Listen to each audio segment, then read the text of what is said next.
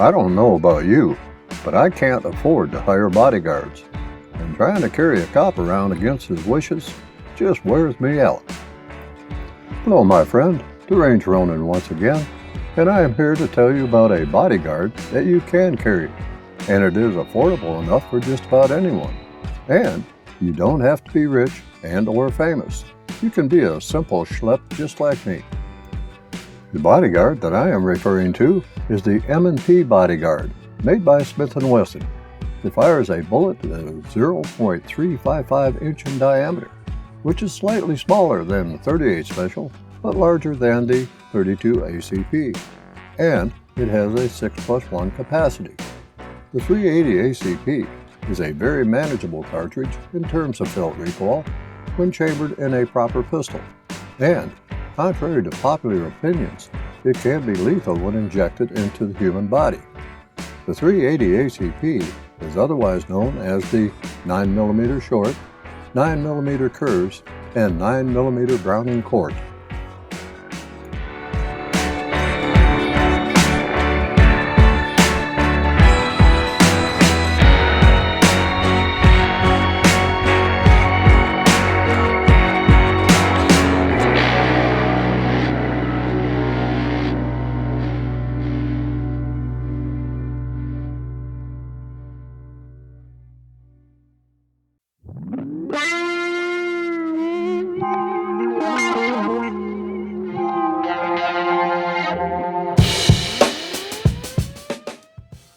Let's first hear about what the manufacturer has to say about the M&P Bodyguard.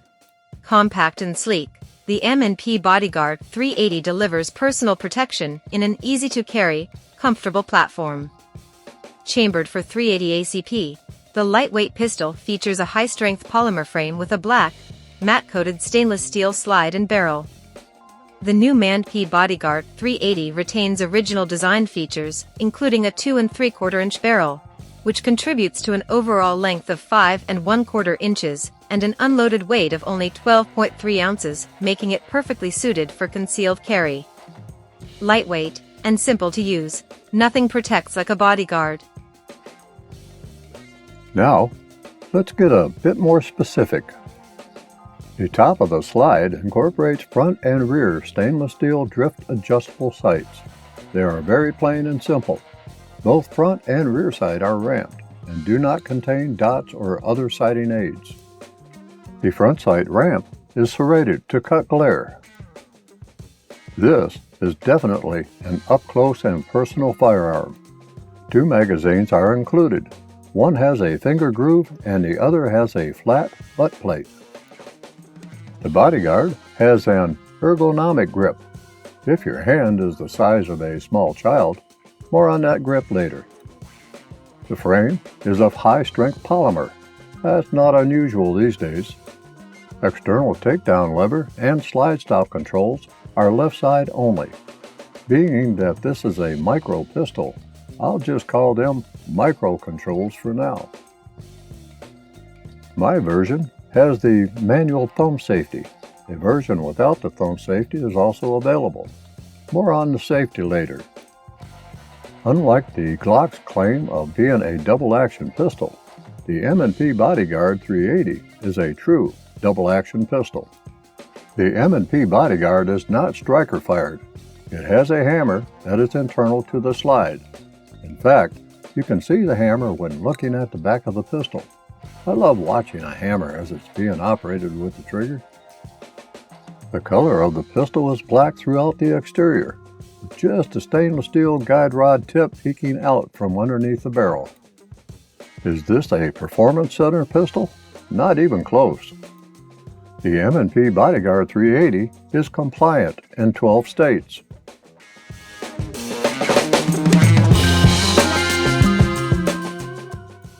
My pistol has no provisions for lights or lasers. There is a Crimson Trace lasered model available, however. For me, I'll be concerned with other things than with operating a laser if I ever have to use this thing.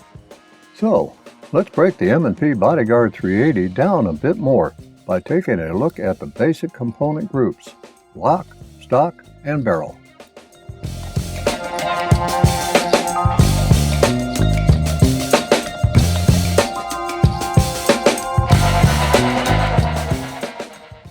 The lock is comprised of the usual things like trigger, hammer, thumb safety, and associated springs and levers. These things are nicely packaged in what seems to be a modular fire control group. The trigger is a nicely curved flat-face polymer affair that has a measured trigger pull of 9.84 pounds with a 5-pull average. The trigger stroke is long but fairly smooth throughout its travel. Since this pistol has not been fully broken in, I expect the trigger stroke to become smoother with use. There is a very slight amount of free play to the rear until resistance is felt. There is no trigger side free play whatsoever. Full trigger reset is at the end of the trigger's forward travel, as would be expected from a true double-action trigger. 2 clicks occur during reset, one slightly away from the frame when traveling forward, and the other when full reset is engaged. Both are audible and tactile, but would not be noticed when firing the pistol. I usually index the first joint of my trigger finger on the trigger when firing a pistol or revolver. I can still do that with the M&P Bodyguard 380, but I found it best just to use the fingertip when pulling the trigger. Although a thumb safety is really not needed, one is there nonetheless. Do not expect to just flip the thumb safety lever up and down like you would on a larger pistol. While I can push the thumb safety lever down with my thumb, it takes a thumbnail to place it in the safe position, which is up. I found it best for me, while holding the pistol in the right hand, to use the thumb of my support hand to push the thumb safety lever down, and that takes some effort. In short, I don't expect many will ever use the thumb safety, as the nearly 10 pounds of trigger pull is a substantial safety enough.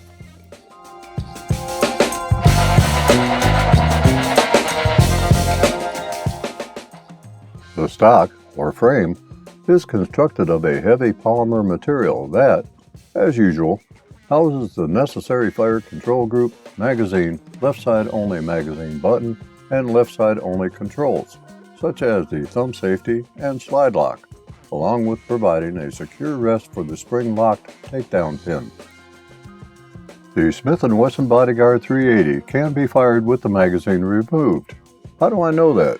It clearly states that it can be on the right side of the frame. Caution: capable of firing with magazine removed. This is along with the manufacturer's name, location, and serial number. The frame extends fully to the muzzle at the front end and has a mild beaver tail at the back end. There is enough grip clearance at the tail end to prevent slide bite. The width of the grip is about 0.770 inch, while grip height, measured from the bottom of the grip to the top of the grip, is 2.99 inches. Trigger reach is approximately 2.6 inches. There is just not enough grip length for my hand. My little finger either has to hang off the grip or curl under the grip. There is just no other choices available. My grip is usually only with 2 fingers anyway, so it is not a big thing. The grip on the M&P Bodyguard 380 would be ideal for those with small hands.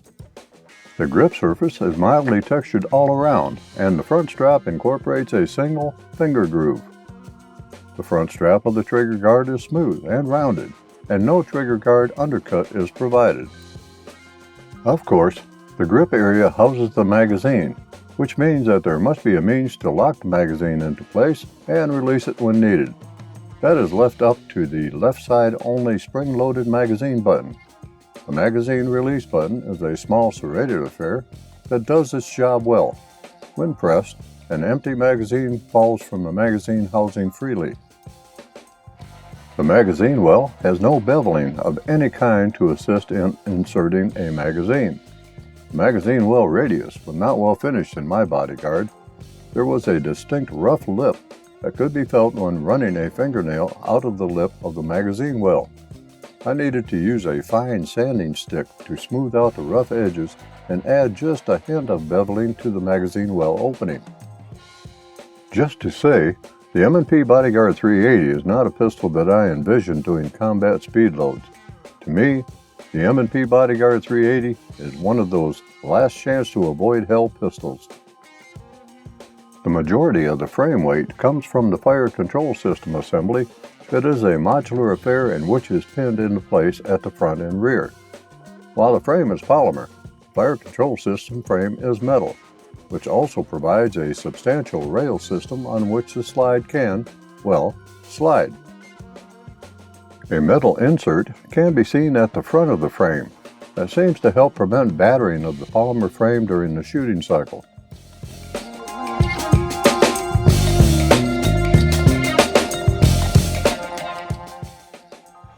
I can't talk about the barrel without including the entire slide assembly.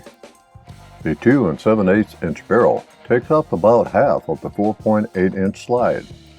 As the slide moves to the rear, the barrel is unlocked and moves downward for extraction, ejection, and loading. The barrel has a polished feed ramp that aids in feeding. At the rear of the chamber is a witness hole for checking to see if a round is chambered. The base of a loaded cartridge can also be viewed from the right side of the slide just forward of the extractor. The 2-piece recoil spring and stainless steel guide rod are non-captive, which means that some care needs to be taken when disassembling and assembling the pistol to prevent the recoil assembly from going somewhere that you don't want it to go. The inside of the slide is pretty barren of components. The end of the firing pin can be seen, as can the firing pin block safety that prevents the firing pin from moving forward unless the trigger is pulled. The rear of the slide does have the now common Smith Wesson scaled serrations to add in pulling or pushing the slide to the rear. The serrations are very light in texture and could use a bit more depth, in my opinion. No front slide serrations are present. In my humble opinion, this pistol could use them. Markings on the slide are minimal, with only M&P Bodyguard 380 stamped on the left side of the slide, while the Smith & Wesson logo is stamped on the rear of the slide. The front and rear sights, as mentioned earlier, are both ramped, have drift adjustable windage capabilities, and do not incorporate sighting aids such as dots or outlines. Finally, the M&P Bodyguard 380 is not Plus P rated. If it were, Plus P would accompany the 380 stamp on the barrel and the left side slide stamping. The last part of the slide assembly worth mentioning is the external extractor. All I can say about this is that it seems to do its job well.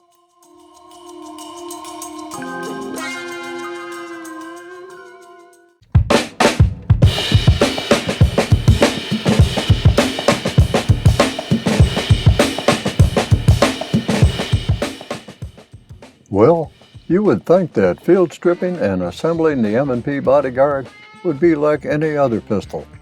No, that's not the case. There are a few nuances in field stripping and assembling the pistol, so I'll take you through the process.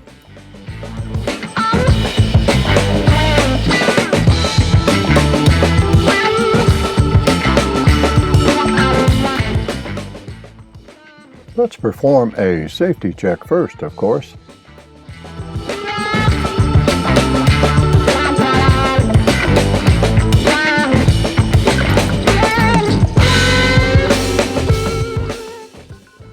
Hold the pistol with your finger off of the trigger and outside of the trigger guard. Point the muzzle in a safe direction. Press the magazine release button and remove the magazine. While pointing the muzzle in a safe direction, place the safety lever in the lowered or fire position to allow the slide to be moved to the rear. Grab the serrated portion of the slide with the thumb and fingers. Push or pull the slide fully to the rear in order to extract any cartridge from the chamber and clear it from the pistol. Do not obstruct the ejection port because doing so can interfere with the ejection of a cartridge from the pistol. I will say here that because of the size of the pistol, the substantial dual spring recoil system, the small surface area of the slide to grab, and the fact that the hammer is not cocked, the slide takes some effort to move to the rear.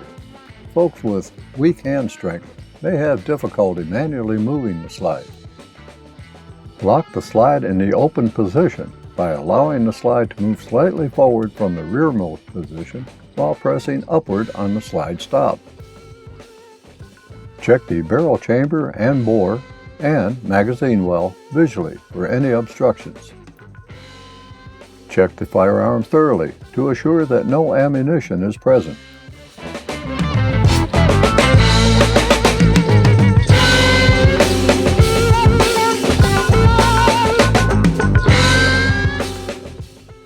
With the slide locked to the rear, rotate the takedown lever down to the 6 o'clock position.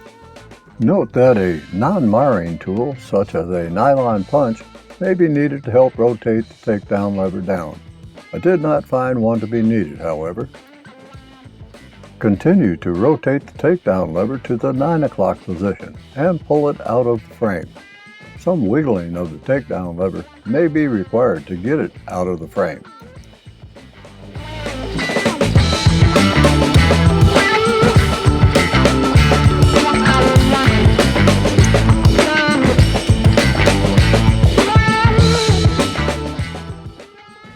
Close the slide by holding the serrated sides and drawing it to the rear until the slide stop disengages. Then, carefully allow the slide to move forward to its closed position. Remove the slide from the frame while retaining control of the recoil assembly as the slide is being removed from the frame.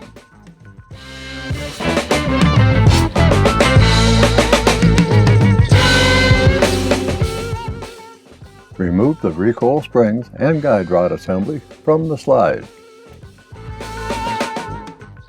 Remove the barrel from the slide. This completes disassembling the Bodyguard.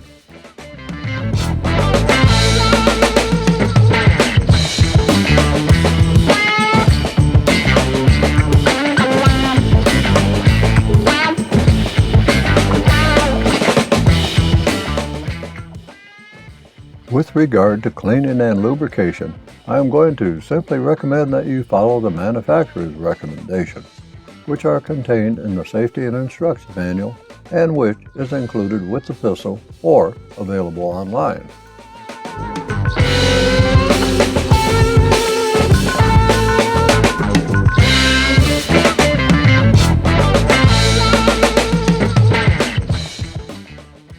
With the bottom of the slide turned up, install the barrel into the slide so that the muzzle is flush with the end of the slide and the barrel lug is up. Assemble, if need be, the recoil spring and guide rod. Insert the small end of the guide rod into the recoil guide rod hole in the slide.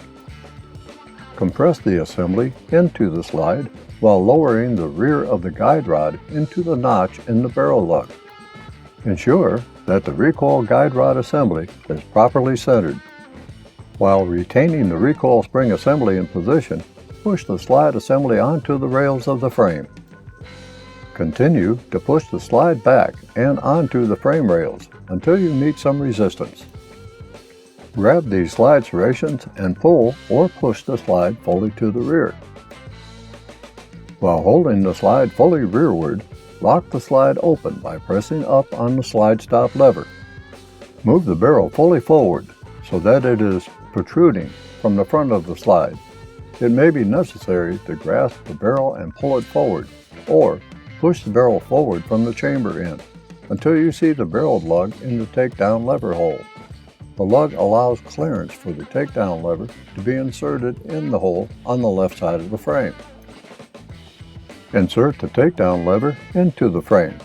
The lever should be at the 3 o'clock position so that it is captured by the takedown lever spring. Once the takedown lever is inserted into the hole in the frame, apply inward and downward pressure on the takedown lever, as the spring lock has a tendency to push the tip of the takedown pin downward due to spring tension. It may be necessary to wiggle the takedown lever until it clicks into position against the frame. Once the takedown pin is fully in the frame, close the slide by grasping the serrated sides and pushing or pulling it to the rear until the slide stop disengages from its notch. Then slowly allow the slide to move forward to its closed position.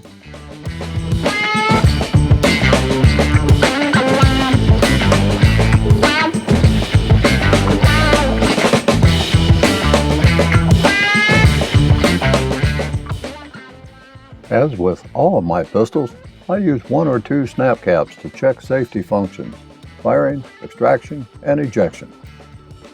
Place 1 or 2 snap caps in a magazine and insert the magazine into the frame.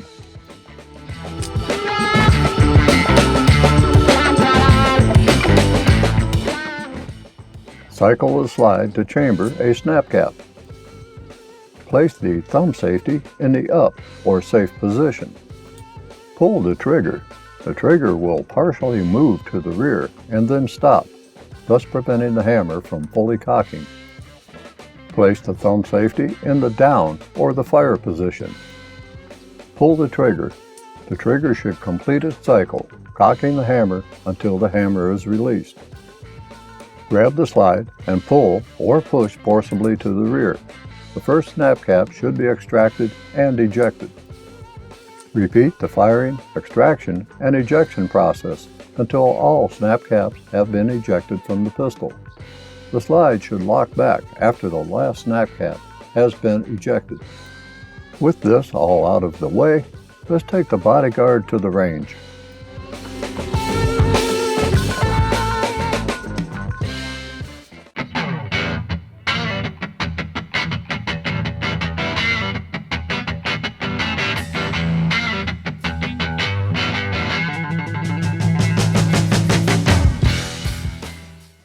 I must be upfront here.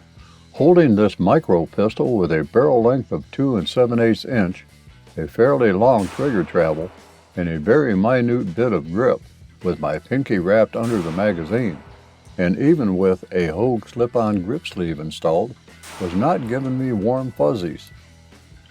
I had shot the Glock G42 and G43 not long ago, and my dismal performance with them the first time that I shot them was still on my mind.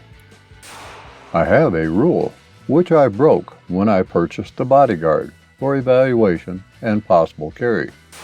That rule is to never shoot a gun that has a barrel shorter than my longest finger when holding the pistol. The Bodyguard's barrel, while not by much, is shorter than my middle finger. I had a box of S&B 92 grain 9mm Browning Court FMJ to put through the pistol. If all went well, I would also put some Sig Sauer 90 grain Elite Defense V-Crown JHP through it to test for hollow point feeding and performance, if all went well.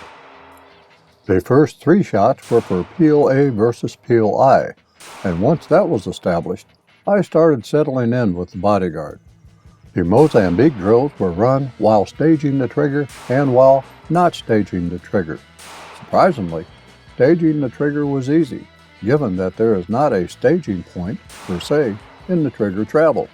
It was just determining a point before the break, crawl up to it, hold it, and then continue the pull to drop the hammer. Trigger pull was smooth, which actually surprised me. While dry firing, the trigger did not feel that great, but in actual live fire, the trigger pull was actually smooth and predictable. I experienced 2 issues with the Bodyguard, but yet have not determined the cause of one of them.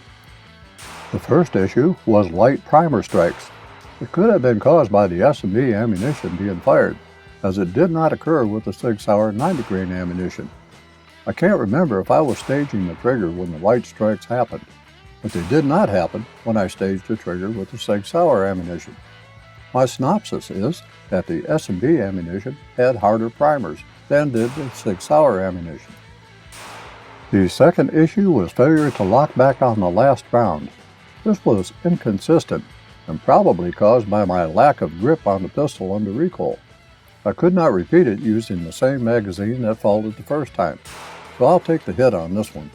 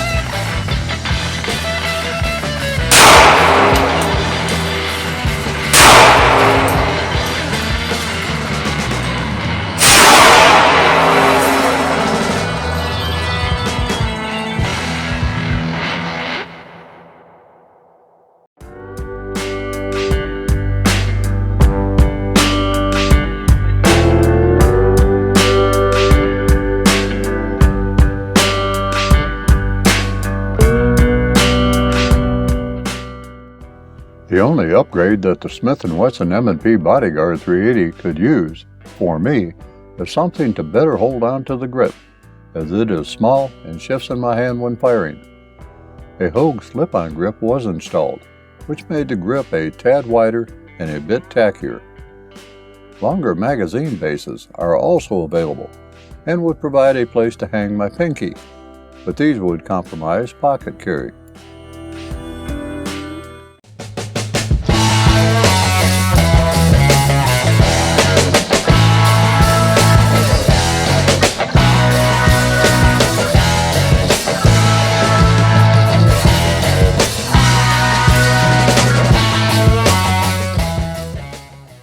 To say that the Bodyguard can be concealed is an understatement. The DeSantis holster that I use for my G42 virtually swallows up the Bodyguard. I ordered a DeSantis holster that is intended specifically for the Bodyguard, for pocket carry, and just to prevent printing. But I must say that I have no worry about carrying this pistol in a pants pocket without a holster, due to the double action trigger pull. My only concern would be that it is so small that it could get cattywampus in the pocket to where the butt would not be accessible. The DeSantis holster keeps the butt upright as it should be.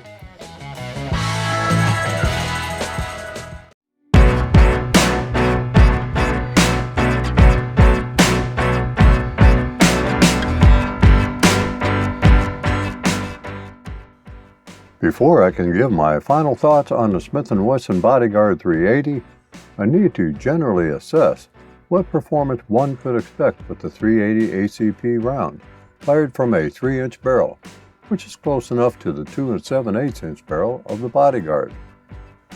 So, let's play with some fuzzy math. Obviously, actual results will vary according to ammunition used and other factors, but with just sticking to Corbon 380 ACP, 9mm, and 38 Special with similar bullet weights, I can give a general conclusion based on muzzle velocity alone. A Corbon 90 grain 9mm plus P bullet fired from a 3-inch barrel will garner 1,345 feet per second of velocity.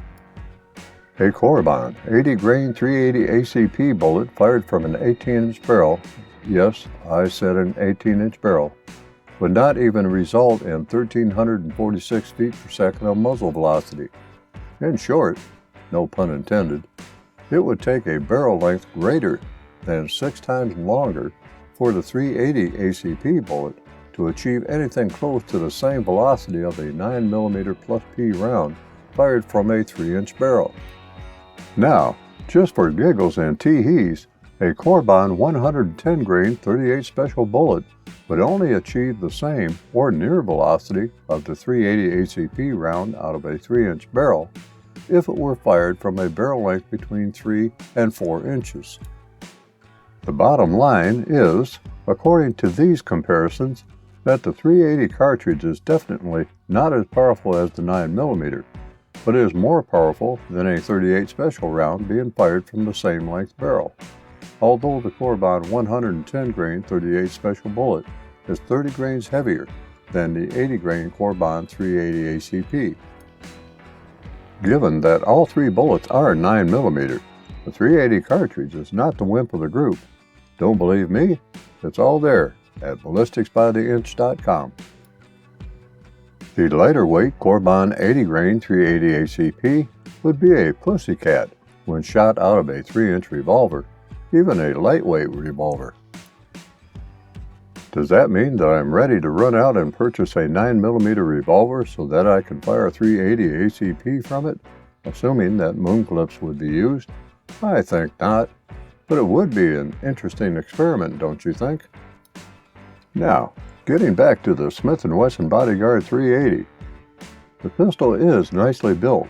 It is a bad breath distance personal defense tool that may or may not do the job of stopping a threat, which is left to any number of factors.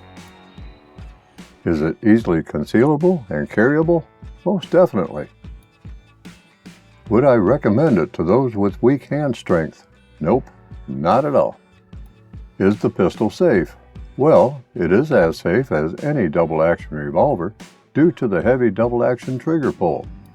Would I recommend it to the first-time gun purchaser as a carry firearm or for home defense?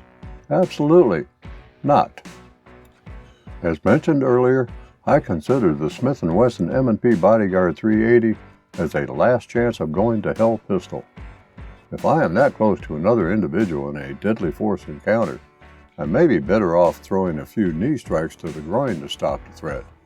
After all, stopping the threat is the main goal, right? The Smith & Wesson M&P Bodyguard is a quality pistol. I am just not sure that it fits into my scheme of things, but it may yours, and I can't answer that question for you. Well, my friend, as always, thank you for sticking with me for this review. More gun and gear reviews are forthcoming as long as I can bring them to you, so stay tuned to the channel. Until we meet again, stay safe out there.